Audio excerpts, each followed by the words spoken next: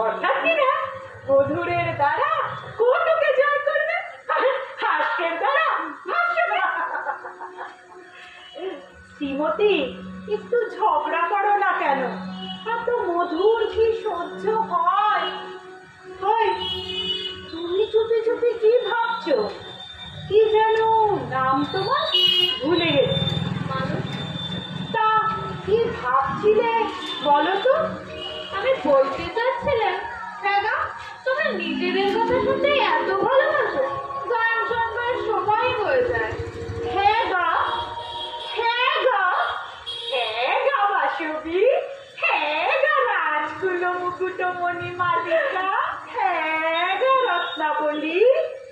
কি নতুন সম্বোধনে হ্যাঁ গা? দিদি, এরা কি আমার উপর রাগ করেছে? দিদি তোমার মনে মনে গান গেয়ে যাচ্ছে। শ্রীমতী, কিন্তু গলা ছেড়ে গাও না, আমরাও যোগ দেবো।